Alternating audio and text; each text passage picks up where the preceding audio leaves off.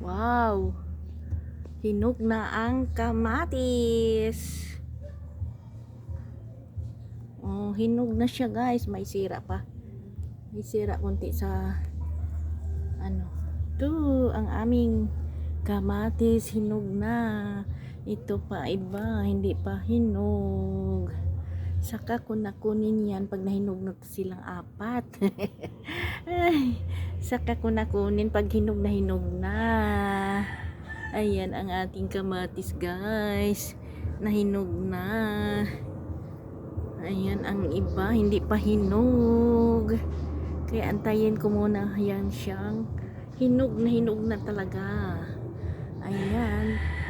Thank you. Kaya maka-harvest na tayo sa ating sariling tanim. Diyan sa rooftop, diyan lang sa may buti ng tubig, oh. Yan lang siya ang puno, oh. Yan lang. Yan, tanim lang tayo ng tanim, guys.